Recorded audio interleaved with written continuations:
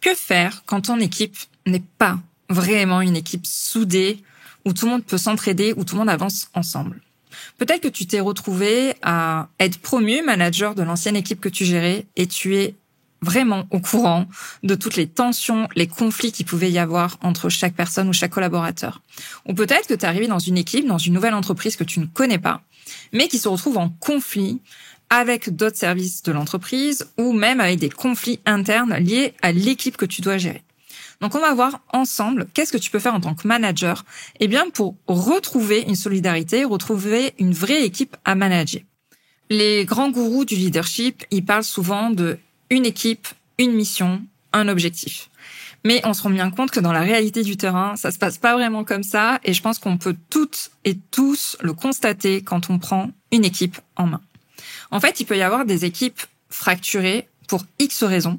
Je vais t'en citer plusieurs et il y en a forcément qui vont te parler. Soit c'est les anciens, les expérimentés face aux nouveaux arrivants. Ça peut être ceux qui sont au bureau et ceux qui sont en télétravail. Ou alors ça peut être ceux qui sont au siège et ceux qui sont sur le terrain. Ça peut être aussi des guéguerres entre plusieurs services, marketing et vente, services techniques et exploitation, on peut en citer plein, logistique et commerce. Ou alors ça peut être aussi des conflits qui sont liés à certaines personnalités dans l'équipe.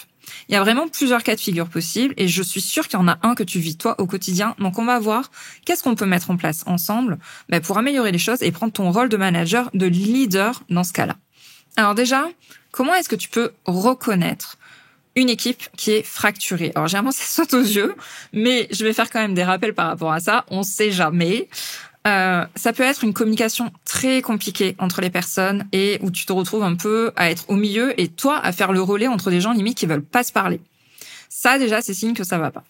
Ça peut être aussi des comportements un peu toxiques. On cherche toujours à rejeter la faute sur l'autre service, sur ceux qui sont en télétravail, sur ceux qui sont au siège, etc. C'est vraiment la règle du eux contre nous. Il y a vraiment un bloc qui se fait contre d'autres personnes qui sont limite les étrangers, l'extérieur, ceux qui comprennent rien, ceux qui font pas partie de l'esprit de l'entreprise, etc., etc. Ça peut être aussi des décisions, des process qui sont ralentis justement à cause de ces problèmes de communication, parce que il y en a qui vont faire exprès de pas donner tous les éléments, il y en a qui vont faire exprès de pas s'adresser aux services ou aux personnes qui ne considèrent pas comme membres de l'équipe. Donc là, tu vas constater beaucoup de ralentissement, un manque de performance au niveau de ton équipe, tout ça parce qu'ils ne sont pas soudés entre eux et qu'ils n'arrivent pas à avancer ensemble. Alors, quelles sont les étapes par lesquelles tu vas passer pour améliorer les choses? Je vais t'en citer 5. C'est un process qui peut être un peu long. Je te spoil un peu d'avance, ça va pas se changer du jour au lendemain en un claquement de doigts. C'est toi qui dois faire des efforts, des analyses, du relais de communication et ça va prendre du temps, beaucoup d'efforts pour que les choses se passent mieux. Mais en tout cas, c'est quelque chose qui est important quand on est manager et ce n'est certainement pas une tâche que tu dois laisser de côté. Donc la première étape, déjà, c'est d'identifier réellement, d'accepter qu'en fait, il y a une fracture dans ton équipe. Et pour cela, il faut la comprendre vraiment. Il faut que tu te demandes pourquoi en fait cette fracture est arrivée, comment est-ce qu'on peut la définir, comme des exemples que je t'ai cités tout à l'heure, ceux qui sont au siège, ceux qui sont en télétravail, ceux qui sont sur le terrain, les différents services entre eux, les différentes personnalités, les anciens, les nouveaux. C'est à toi de définir en fait la fracture qu'il y a entre les personnes. Il y a beaucoup de personnes qui vont croire que ce sont en fait des personnalités qui posent problème. Mais la plupart du temps, le souci est bien plus profond et il est même arrivé, moi, dans l'entreprise dans laquelle j'étais, où tu peux changer des personnes dans ces rôles-là, des personnes qu'on pensait toxiques, qui sont parties, des personnes où on pensait qu'ils mettaient la mauvaise ambiance, ils ont été remplacés par des nouvelles personnes, et en fait, ce sont des vieux schémas qui se répètent, et on se retrouve quand même dans la même situation. Donc en fait, quand ton équipe n'est pas soudée, que c'est pas vraiment une équipe, c'est pas seulement des problèmes de personnalité, c'est un problème de culture d'entreprise, de vieux schémas qui se répètent. Il peut y avoir aussi des jeux de pouvoir ou un manque d'objectifs et de sens commun. Donc à toi de définir qu'est-ce qui nourrit cette fracture? Est-ce que c'est des systèmes d'organisation qui sont différents? Est-ce que ce sont des objectifs qui sont différents? Est-ce que ça fait suite à un changement dans l'entreprise, dans l'organisation? Est-ce qu'il y a un manque de sens généralisé? Ça va être à toi de mettre le doigt sur le cœur, l'origine réelle de cette fracture dans ton équipe. Ensuite, à toi de voir aussi, pour bien déceler les jeux qui sont en place dans ton équipe, les jeux de pouvoir, d'écouter ce qui se dit. tu vas remarquer des phrases qui vont revenir souvent. Ils comprennent rien, je dois toujours rattraper leurs erreurs, ils suivent pas les process, de toute façon ils s'en foutent, ils sont là que pour gagner leur salaire à la fin du mois. C'est toutes ces petites phrases, en fait, où ça va te permettre de voir qui est contre qui. Et donc de définir les bons rôles et de définir vraiment le cœur du problème. Et enfin, profites-en aussi pour regarder la politique qui se passe dans ces jeux-là. C'est-à-dire qu'il y a forcément des gens qui ont un intérêt à ce que cette fracture continue et qui vont voir d'un mauvais œil que toi, tu interviennes pour changer les choses. Forcément, tout changement entraîne des freins, des personnes qui vont pas vouloir s'y mettre, des personnes qui vont râler, voire même des personnes qui vont être vent debout sur ce que tu vas demander ou proposer. C'est normal. Personne n'aime le changement et il y en a à qui cette situation profite et qui ne veulent surtout pas perdre le peu de pouvoir qu'ils ont, le peu de pouvoir de manipulation qu'ils ont sur les autres avec cette situation-là. Donc, à toi de le définir, de bien noter ce qui se passe, parce que ça va t'aider à accepter aussi les futures critiques que tu vas pouvoir, pas que tu vas pouvoir prendre, que tu vas prendre quand tu vas prendre le sujet à bras-le-corps. La deuxième étape qui est importante, c'est d'arrêter, toi, dans ton discours et dans ta tête, de considérer qu'il y a deux équipes. Ça commence par là. Parce qu'en effet, ton langage, en fait, va confirmer ou infirmer ce qui se passe dans la réalité. Donc, si tu continues à parler de deux équipes différentes, ils vont continuer à se comporter ainsi. Donc, ça va être à toi de modifier des petites phrases et on s'en rend pas forcément compte anodines que tu peux dire en fait au quotidien. Par exemple, ne dis plus les personnes du haut, les personnes du bas. Moi, je sais que c'était ce qui était dit dans mon ancienne entreprise. Ne dis plus les équipes terrain, les équipes du siège. Il faut que tu dises notre équipe. Vraiment, faut que tu parles d'une seule et même voix et que tu considères que l'ensemble fait partie d'une seule et même équipe. C'est important dans ton discours de marteler ça sans cesse. Ensuite, amuse-toi aussi à changer les choses physiquement. N'hésite pas à changer les personnes de bureau, à créer de nouveaux espaces de travail, à avoir des réunions où tu as des personnes qui sont pas d'habitude invitées, de les inviter à ces réunions-là. Il faut que tu casses les codes, que tu casses les frontières. Je vais te citer un exemple, moi, de ce que j'avais fait. Alors peut-être que j'en avais déjà parlé dans un précédent épisode de podcast, mais en tout cas, ça avait marché. Donc, je t'en reparle ici. Moi, dans mon ancienne entreprise, il y a 3 services qui doivent travailler ensemble, mais qui se tirent très souvent dans les pattes. Service commercial, service technique, service d'exploitation. Service administratif un peu connexe, mais globalement, ça se passait plutôt bien. Mais c'était vraiment ces 3-là où il y avait plusieurs problématiques à se renvoyer la balle et à dire que c'était la faute de l'un ou de l'autre service. Le problème qu'il y avait, c'est que les 3 responsables de ces équipes-là se tiraient déjà eux-mêmes dans les pattes. Donc forcément, ça avait un effet cascade sur le reste des équipes. Ce que j'ai décidé, avec bien évidemment ma direction, c'est de mettre les 3 responsables dans le même bureau pour qu'ils apprennent à communiquer ensemble, qu'ils soient au courant de ce qui s'est passé dans les journées des uns et des autres et que la communication soit plus facile entre eux. Et là, en fait, ils ont pu voir, que un tel, en fait, travaillait plus que ce qu'on imaginait, que un tel, en fait, passait beaucoup de temps au téléphone à régler pas mal de soucis et ne se déchargeait pas forcément sur l'autre service. Et, les 3 responsables ont commencé à travailler à peu près ensemble et ça a amélioré et fluidifié beaucoup de choses dans l'ensemble des services, juste parce que les 3 têtes communiquaient et travaillaient ensemble. Tout ça uniquement parce qu'on avait changé les bureaux. Et un petit peu plus tard, on a dû les reséparer dans des bureaux différents. Qu'est-ce qui s'est passé? À nouveau, la communication a posé de grands problèmes et il y a eu à nouveau des soucis entre ces services-là parce qu'on avait séparé les responsables et mis dans des bureaux séparés. Donc tu vois comment juste un changement physique de bureau, de positionnement, ça peut améliorer des choses.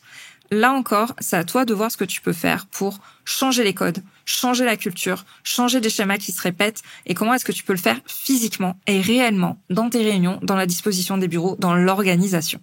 3e étape importante, c'est de dire qu'il y a une fracture et qu'il y a un problème. Ne fais pas l'autruche avec ça. Les équipes savent qu'il y a un problème. À toi de dire qu'effectivement, tu as capté qu'il y en avait un et que tu es là pour changer les choses. Il y a rien de pire que de faire croire qu'on ne voit rien ou que ça n'existe pas. Parce que c'est ce qui est vécu au quotidien par les personnes de ton équipe. Et donc là, tu vas perdre en crédibilité si tu ne reconnais pas qu'il y a un problème. Et justement, ça va te permettre de les impliquer pour trouver une solution et que cette solution ne vienne pas que de toi parce que t'as pas la science infuse, peut-être que tu vas tester des choses et que ça ne va pas. Et le mieux, c'est de les impliquer dans ce changement. Donc, comment est-ce que tu peux faire ça? Eh bien, tu peux dire, je vois qu'effectivement, on fonctionne avec 2 équipes différentes, qu'il y a une vraie séparation entre les deux. Je veux qu'on change ça. Et on va trouver ensemble des solutions pour le faire. Je vais vous solliciter pour trouver des solutions par rapport à ça. Et ça peut être à toi aussi de les impliquer en leur demandant leur avis, en demandant, par exemple, qu'est-ce qui rend la collaboration si difficile en ce moment? Qu'est-ce qu'on pourrait faire pour améliorer les choses? Et là, comme je te l'ai dit tout à l'heure, tu vas pas être seul à proposer des solutions. Il faut aussi que ça vienne d'eux, parce que c'est le meilleur moyen pour que ça soit accepté et mis en place naturellement par les personnes de ton équipe. Étape numéro 4. Et alors celle-là, c'est pas de la manipulation, mais on va dire qu'on va changer l'angle de perception des personnes qui travaillent avec toi. C'est de désigner un ennemi commun. Oui, tu as bien entendu. Il va falloir que tu changes l'angle. Moi, à l'époque, j'avais désigné un ennemi qui était Nespresso, puisque je travaillais pour un torréfacteur de café. Et donc, c'était les capsules là qui se recyclent pas, c'est pas bien. Nous, on vend du café grain, c'est beaucoup plus sain, développement durable, etc., etc. Et en fait, on avait changé l'orientation des équipes et on ne focalisait plus sur les problèmes internes qu'on pouvait avoir. Il fallait rester focus sur un ennemi, un concurrent. Et quand c'était pas Nespresso, c'était notre gros concurrent qu'on avait en face qui était local sur le service qu'on amenait à nos clients. Donc vraiment, ça va te permettre de ressouder l'équipe autour. Malheureusement, c'est ça, d'un ennemi commun. Et ils vont plus voir forcément les tensions en interne, mais ils vont se focaliser sur comment battre l'ennemi, notre concurrent qui est en face de nous. Ça peut être aussi de fixer un objectif un petit peu différent, un objectif qui ne peut s'atteindre que via de la coopération. Quitte à mettre des indicateurs, quitte à mettre des primes qui sont plus collectives, essaie de trouver des leviers ou ça peut être aussi des enquêtes de satisfaction client, ça peut être des notations, peu importe, mais oriente ton équipe vers un système de notation en commun, vers un objectif commun. C'est important aussi, c'est ça qui va te permettre de les faire travailler ensemble et qu'ils aillent au-delà des tensions qu'il peut y avoir au départ pour se concentrer sur un objectif commun. L'essentiel, c'est de surtout montrer que l'obstacle n'est pas en fait l'équipe divisée ou l'autre camp. C'est vraiment quelque chose qui est différent, qui est soit extérieur à l'entreprise, soit avec un objectif interne. Mais il ne faut pas que tu montes dans ton langage ou dans ce que tu vas proposer une division interne. Il faut vraiment que un concurrent en extérieur ou alors un objectif commun en interne. Et enfin, la 5e et dernière étape, celle où tu vas devoir être vigilante, c'est de t'assurer d'ancrer cette nouvelle habitude, cette nouvelle façon de voir les choses. C'est toi qui es la garante de cet esprit d'équipe, c'est toi qui es la garante du respect de ce changement que tu mets en place, dont tu es l'impulsion, on va dire. Donc ça va être à toi de faire attention, d'écouter tous les petits signaux qu'il peut y avoir, t'assurer qu'il n'y ait pas des tensions qui reviennent entre certaines personnes, entre certains camps comme il y avait avant. Ça va être à toi aussi de célébrer les succès collectifs et pas seulement les succès d'un seul groupe. Il faut vraiment que tu mettes cette culture du collectif en avant et donc de célébrer les réussites et les victoires de l'ensemble du groupe, de l'ensemble de ton équipe. N'hésite pas aussi, comme je te l'ai dit, à intégrer ces notions de collaboration dans tes entretiens annuels, de les motiver dessus, de trouver un moyen d'activer ce levier de coopération comme un objectif commun dans l'entreprise, de vraiment en faire partie dans les entretiens annuels que tu peux avoir ou dans tous les systèmes de primes, enfin peu importe, tous les systèmes d'évaluation. Il faut que tu arrives à trouver un indicateur, un élément, un objectif qui les fait travailler en commun et de le suivre tout au long de l'année. Et enfin, reste vigilante. Si tu vois que la fracture revient, n'hésite pas à recadrer et à faire des rappels de pourquoi c'est important de travailler ensemble. Au final, en conclusion, tu vois bien qu'une équipe qui est divisée, c'est pas une équipe. Et ça va ralentir énormément, ça va poser beaucoup de problèmes de communication et ça va créer énormément de charge mentale à tout le monde. Donc, la seule personne qui est garante de ça, c'est toi.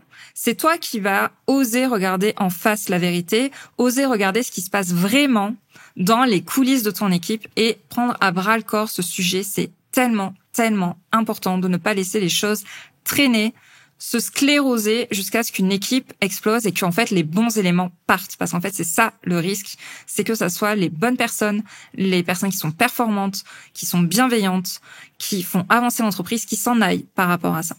Donc surtout, donne le cap, dirige avec clarté, communique avec bienveillance sur tous ces éléments-là et surtout en ayant le courage de dire les choses et tu verras que au fur et à mesure ça va avancer petit à petit, notamment par rapport aux conseils que je t'ai donnés. Désigne un élément, un concurrent un obstacle qui soit extérieur, affronte les choses, ose dire qu'il y a des tensions et que tu n'es pas d'accord avec ça, et implique ton équipe dans les solutions à trouver et dans les difficultés à relever qu'il faut corriger.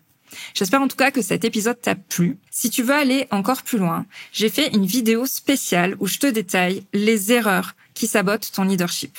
Tu trouveras le lien pour la visionner directement dans la description de cet épisode, peu importe où tu me regardes, en podcast ou sur YouTube. Tu verras, je te donne vraiment les freins, les problèmes en tout cas qui tuent ta crédibilité en tant que manager, et je t'explique comment aller au-delà de ces erreurs et retrouver de la légitimité à ton poste au quotidien avec ton équipe. Je te dis en tout cas à la semaine prochaine pour un nouvel épisode.